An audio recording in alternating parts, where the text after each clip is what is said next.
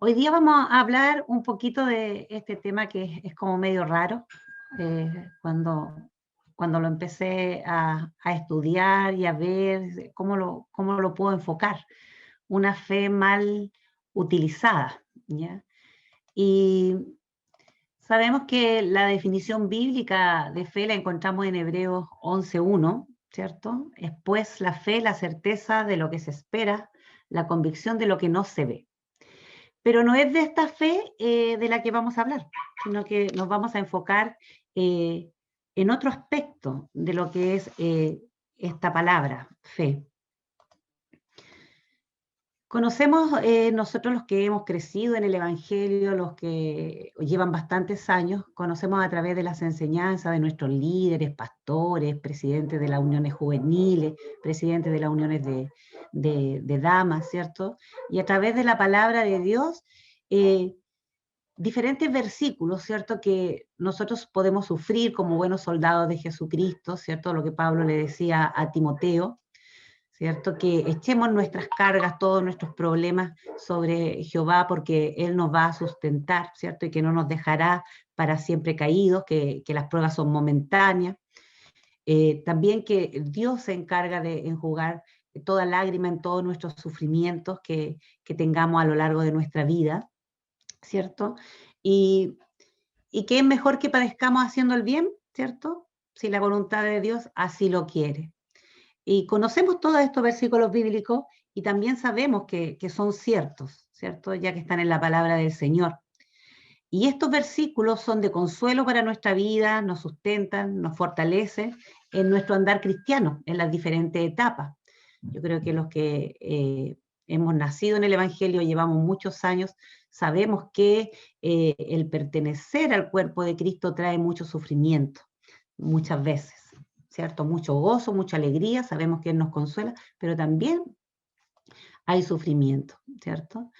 Pero los sufrimientos que nosotros tenemos acá en nuestro país como cristianos, tal vez sean por algún problema de la iglesia donde nos congregamos, por alguna mala palabra, alguna situación familiar, pero persecuciones como en otras partes del mundo nosotros no las tenemos, ¿cierto?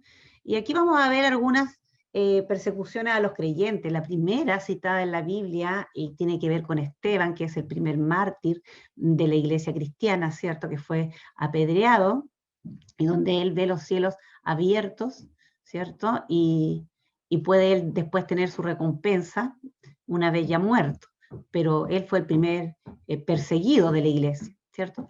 No nos podemos olvidar que casi todos los discípulos de Cristo, con excepción de Juan, que fue desterrado en la isla de Patmos y que ahí falleció, casi todos los discípulos murieron de formas tremendas, ¿cierto? Decapitados, torturados, eh, crucificados igual que Cristo, todos con muerte horrenda, espantosa, ¿cierto? Y dentro de los primeros 4 siglos vemos persecuciones de los cristianos, ¿cierto? Persecuciones parciales y también persecuciones totales, ¿cierto? Ahí están los emperadores, Nerón, Domiciano, Trajano, etcétera, etcétera, ¿cierto? Y cada uno de ellos hizo su labor en la persecución de los creyentes en los 4 primeros siglos de la época después de Cristo, ¿ya?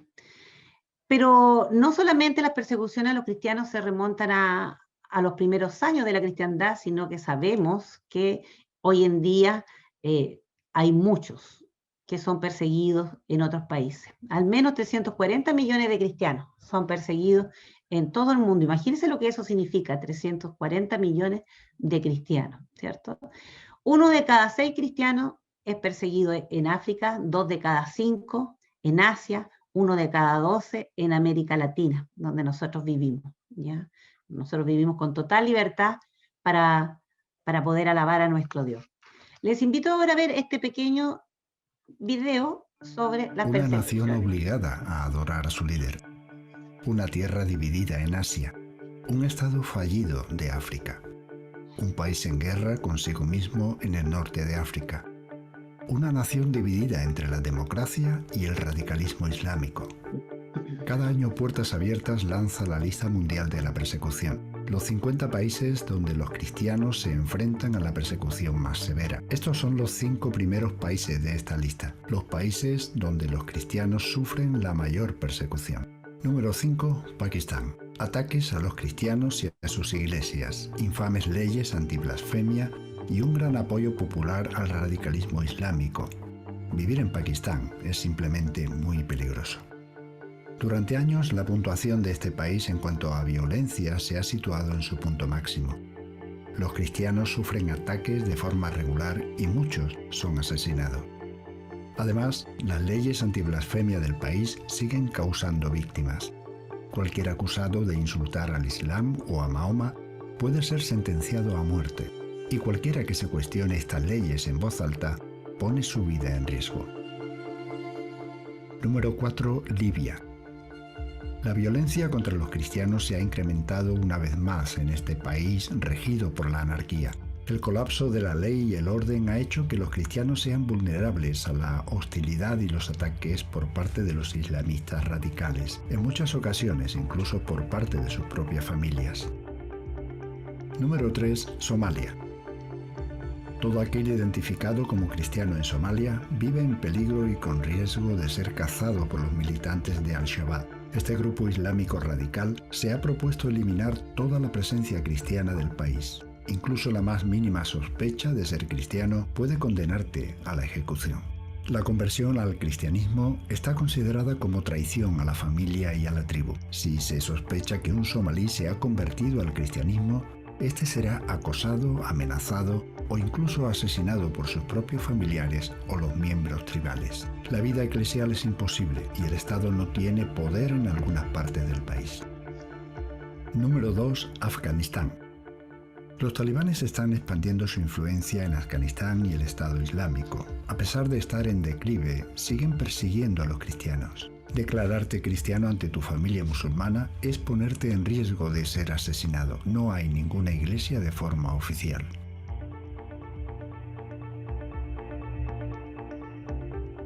Número 1. Corea del Norte. Una vez más, Corea del Norte se coloca en el primer puesto de la lista mundial de la persecución, como el país donde los cristianos sufren la mayor persecución. El simple hecho de poseer una Biblia puede costarte la vida.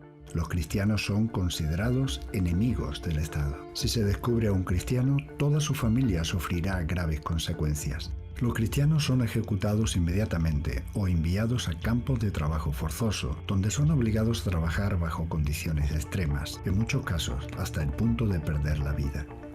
Para más información sobre la situación a la que se enfrentan los cristianos en estos países, para ver peticiones de oración específicas, historias y el contexto detrás de cada uno de los países de la lista mundial de la persecución, visita nuestra web.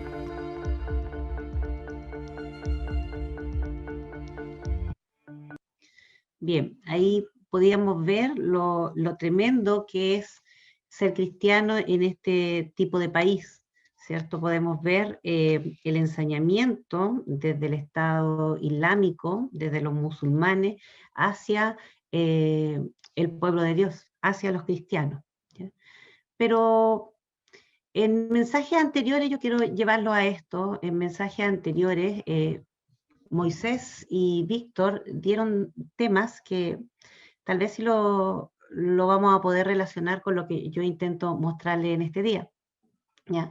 Moisés hablaba y nos hacía una pregunta al principio de su predicación de qué había significado nuestro primer encuentro con la religión, y ahí cada uno dábamos nuestras versiones y la mayoría no había sido positiva, ¿cierto?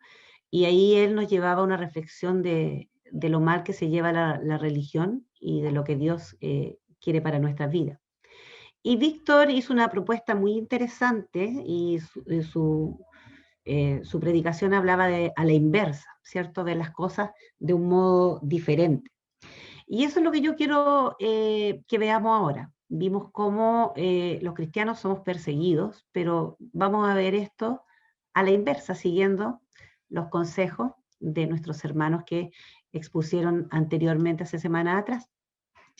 Según la RAE, la definición de fe es una creencia y esperanza personal en la existencia de un ser superior, un dios o varios dioses, que generalmente implica el seguimiento de un conjunto de principios religiosos, de normas de comportamiento social e individual y una determinada actitud vital, puesto que la persona considera esa creencia como un aspecto importante o esencial de la vida. Quiero remarcar la parte donde dice generalmente implica el seguimiento de un conjunto de principios religiosos, de normas de comportamiento social e individual y una determinada actitud vital. En base a esta definición, ¿cierto? Considerando la definición y considerando las dos perspectivas de nuestro hermano Moisés y Víctor, en cuanto a cuán dañina puede ser la religión, ¿cierto? Y poniéndonos a la inversa, cabe esta pregunta. ¿Entregando el mensaje de Jesús? ¿Estamos como iglesia entregando el mensaje de Jesús? La Biblia nos enseña que para poder tener seguidores, poder traer seguidores a Jesús, debemos utilizar los métodos que Él utilizó, los métodos que Jesús utilizó. Pero gran parte de las tragedias de la iglesia suceden cuando las personas que han escuchado el Evangelio de Jesús deciden o decidimos usar métodos distintos a los que Él usó. Y desde ahí entonces nos vamos hacia las cruzadas, ¿cierto? Un ejemplo claro de esto fueron las cruzadas, ¿cierto? Donde en el nombre de Cristo, ¿cierto? Se usaron para, de forma violenta, presentar el Evangelio de la paz. Habían problemas con los señores feudales en esos años y ellos decidieron con la iglesia ir a retomar los lugares que antiguamente habían sido de ellos, Tierra Santa específicamente, para recobrar todo lo que eran esas tierras y para recobrar ese lugar como sede para hablar de Jesús, ¿ya? Pero lo hicieron a filo de espada, con matanzas. Fueron 8 cruzadas en total, desde el año 1095 hasta el año 1291. A través de las indulgencias que se ofrecían, aquí estoy hablando claramente de la Iglesia Católica, se contrataban asesinos, hermanos, para ir a matar a los supuestamente infieles que ellos llamaban, lo que es el pueblo musulmán y el pueblo judío que conocemos hoy en día, y asesinaban en nombre de Cristo. Hasta el día de hoy existen vestigios de los fuertes que los europeos cristianos hicieron en las regiones de Medio Oriente, Jerusalén, para poder ubicarse ahí y tomar posesión de toda esta tierra santa que ellos llamaban, ¿ya? Y las muertes se pueden comparar solamente con las muertes que hubieron en la Segunda Guerra Mundial del Holocausto. Alrededor de 17 millones de personas murieron en estas cruzadas también. Otro ejemplo claro es la Santa Inquisición, ¿cierto? Donde ahí el Tribunal del Santo Oficio entre los años 1478 y 1834, con el objeto de proteger y preservar la fe, ¿cierto? Torturaron y mataron a todo aquel que pensaba que era contrario a la iglesia, a todo aquel que no pensaba igual que la iglesia, a los que catalogaban como herejes, ellos los mataban. Y hay más de 20 tipos de torturas, ya ahí yo les puse algunas, el de la sierra, el de la rueda, y obviamente la casa de brujas, donde terminaban muertos, sobre todo los que practicaban todo lo que es medicina con hierbas, con plantas, eran catalogados como de herejes y eran catalogados como de brujas. Y ahí también murieron miles de personas porque eran considerados herejes a la iglesia de ese tiempo. Otro ejemplo claro es evangelizando el nuevo continente, ¿cierto? Cuando los europeos llegaron acá a América, en su deseo de evangelizar, ¿cierto? También existió la tortura, llegando hasta la muerte si esta evangelización no era aceptada. O sea, se les reconocía como personas, se les entregaba el evangelio, pero si ellos no lo aceptaban, entonces eran torturados o simplemente asesinados. Y en la actualidad, la Iglesia sigue haciendo uso de una fe equivocada. ¿Ya? Tenemos una larga lista de la Iglesia Católica en abusos sexuales y también de la Iglesia Evangélica, ¿cierto? Y escándalos de todo índole, ¿cierto? Y aquí yo puse unas fotos que seguramente ustedes hace un par de semanas atrás le causaron rabia, molestia, pena, risa, ¿cierto? Por todo este supuesto pastor que hizo como que lo habían atropellado, y esta mujer que estaba hablando en nombre de Dios ahí, reprendiendo en la calle, sin duda alguna, escándalos para la iglesia. Entonces, si sacamos la cuenta, si analizamos cruzadas, Inquisición, abusos hacia los pueblos originarios, los escándalos actuales de las diferentes iglesias cristianas, ¿cuál es la posición de la iglesia hoy en día? Es una iglesia totalmente desacreditada. Usted me puede decir, pero yo no tuve nada que ver en las cruzadas, yo no tuve nada que ver en la Inquisición, yo no tuve nada que ver con la evangelización de los pueblos originarios. Yo nunca he hecho un show como el que hizo estas personas, ni tampoco me he llenado los bolsillos de dinero hablando de la palabra del Señor, como muchos aquí en Chile lo han hecho, y alrededor del mundo. ¿Ah? Pero lamentablemente todo esto que nosotros vemos como cosas terribles son hechos que han sido realizados en el nombre de Cristo.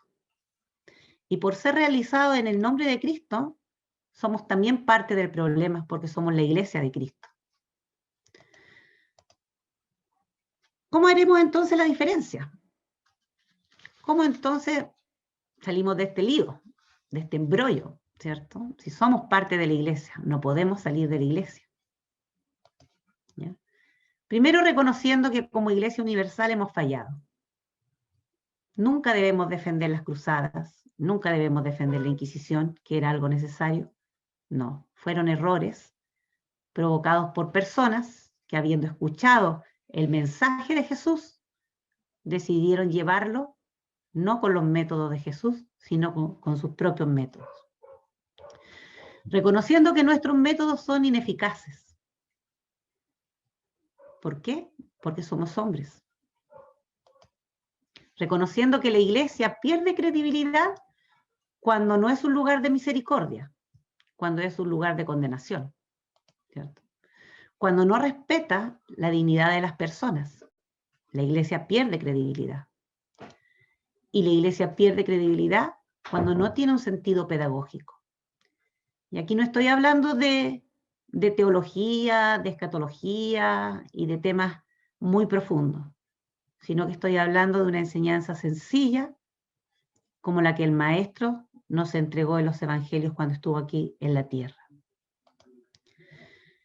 Dice el Señor en Oseas 6:6, porque misericordia quiero, y no sacrificio, y conocimiento de Dios más que holocaustos. No hay judío ni griego, no hay siervo ni libre, no hay varón ni hembra, porque todos vosotros sois uno en Cristo. Eso nos muestra ahí la dignidad de las personas. De cierto os digo que el siervo no es mayor que su Señor, ni el apóstol es mayor que el que le envió. En estos 3 versículos encontramos misericordia, dignidad hacia las personas y también enseñanza, pedagogía. volver al modelo original, a Jesús, ¿cierto? Veamos cómo era el modelo de Jesús. Y este es mi mandamiento, que se amen los unos a los otros como yo los he amado. Jesús nos amó, Jesús mostró amor. Jesús dio la vida por sus amigos. Jesús no condenó. Cuando le trajeron el caso de la mujer adúltera, él le dijo, ni yo te condeno, vete y no te peques más. Teniendo compasión, Jesús al ver las multitudes tuvo compasión de ellas, porque estaban desamparadas y dispersas como ovejas que no tenían pastor.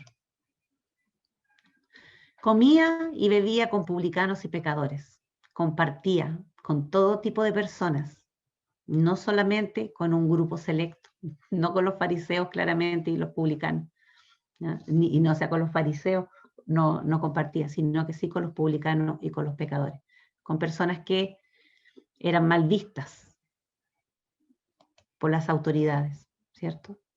Y les enseñaba como quien tiene autoridad, ¿cierto? La gente se admiraba de esto, de su doctrina, porque hablaba con autoridad.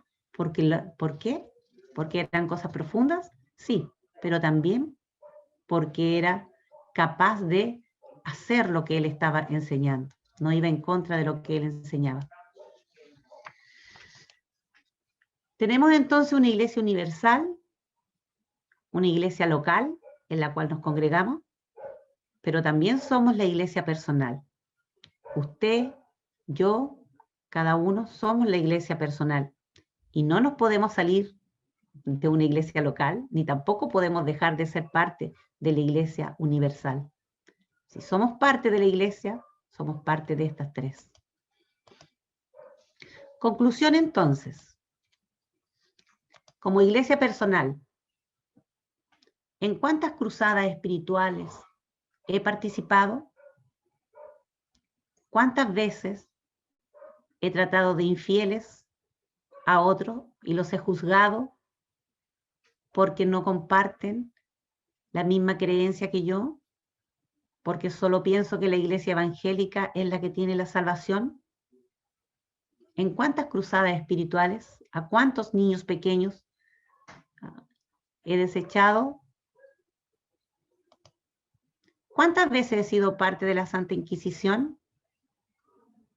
Llamando de herejes, siendo malos con los demás, torturándolos de manera a lo mejor psicológica, queriendo que sean como nosotros somos. De cierto os digo que en cuanto lo hiciste a uno de estos mis hermanos más pequeños, a mí lo hiciste. El que dice que permanece en él, debe andar como él anduvo. Hermanos, tal vez pensemos que no hemos hecho daño a nadie, que no hemos actuado mal.